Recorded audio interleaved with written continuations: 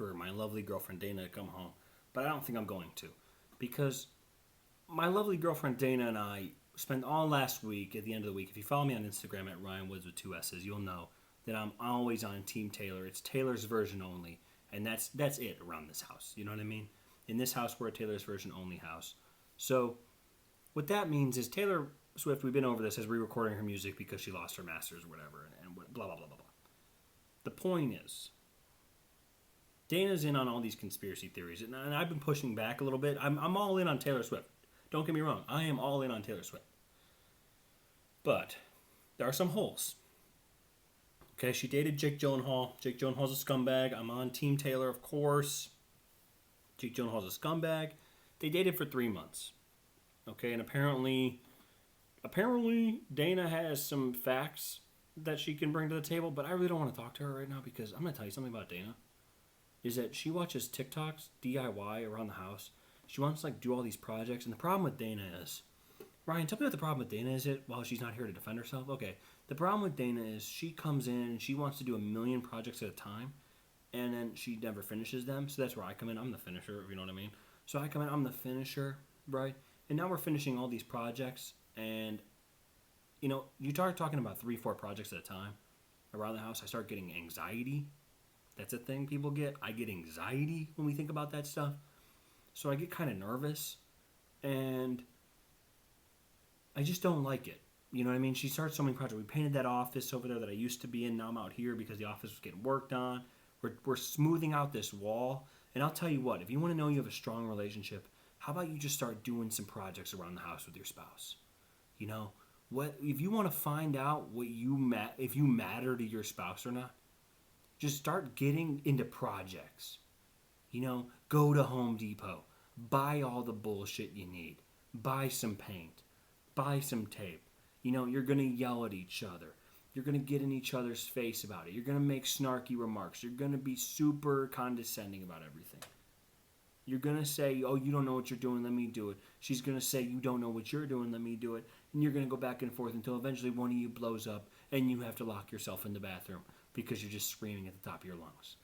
Right? You know what I mean? If there's a can around, like an aluminum can, you might crush it. That might be one of the things. If there's a dryer around, it might get kicked. Who knows? Right? If there's drywall, don't punch a hole in drywall because I patched drywall. Dana said it doesn't look very strong. Pissed me off, and then we're back, right? I was like, oh, just put another hole in it. I'll put another hole in it. I'll put another hole in it. I'll punch it through again. Sorry about this rickety-ass chair. Sorry, I'm fighting through it here. That's what we do here. So, anyways, what I was talking about is I've been really going the other way on this Taylor Swift stuff, only because I know it makes Dana mad, and I really want to go the other way, because I think that's so fucking funny. Like, seeing her, we watch this, All Too Well, which is a good song, by the way. All the songs are good. Taylor Swift makes good music. And if you want to be one of those guys that says, dude, Taylor Swift doesn't make good music, she makes breakup music where she's always right. Yeah, you're never going to win an argument with Taylor Swift. If you're in a relationship with Taylor Swift, just go ahead and break up now. Get it in front of it. You got to get in front of the narrative. You got to accuse her of some shit before she accuses you of some shit. Because once she accuses you of some shit, dude, you're done. You're never going to win. Okay? I don't even know what Jake Gylenhaal did. Dana filled me in. It could be real, it could be not real. Right? It doesn't matter. Like Joe Jonas broke up with her over the phone. He says he didn't. She says she did. Who do you think they believe? You know what I mean? Imagine, if you will, if you're just gonna, you're young. You're a young kid.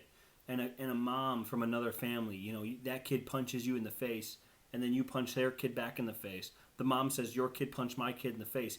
Who are they going to believe? The 7-year-old snot-nosed kid or the mother? They're probably going to believe the mother, and you're going to get yelled at. You know what I mean? So that's what dating Taylor Swift is like, I assume.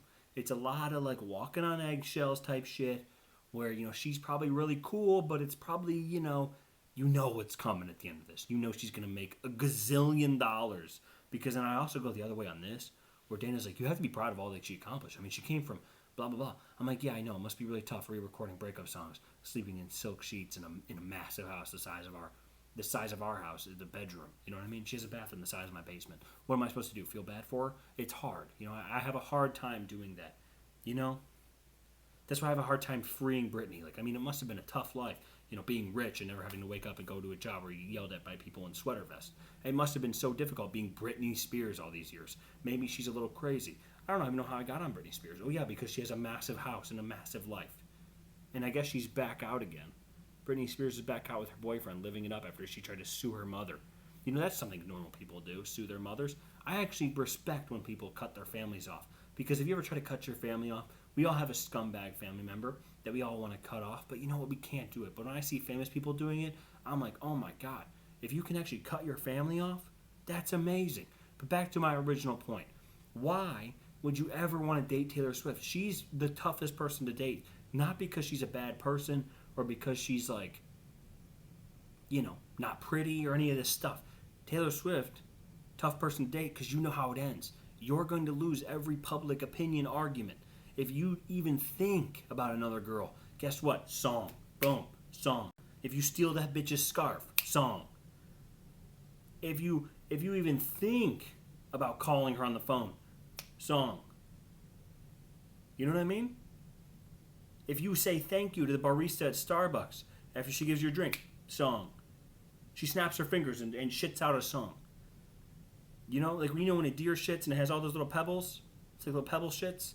That's Taylor Swift writing songs. She just shits out #1 hits. It's a fucking fascinating thing to me how you can hold up so much emotion. She's probably the most emotional person in the world. She's up there.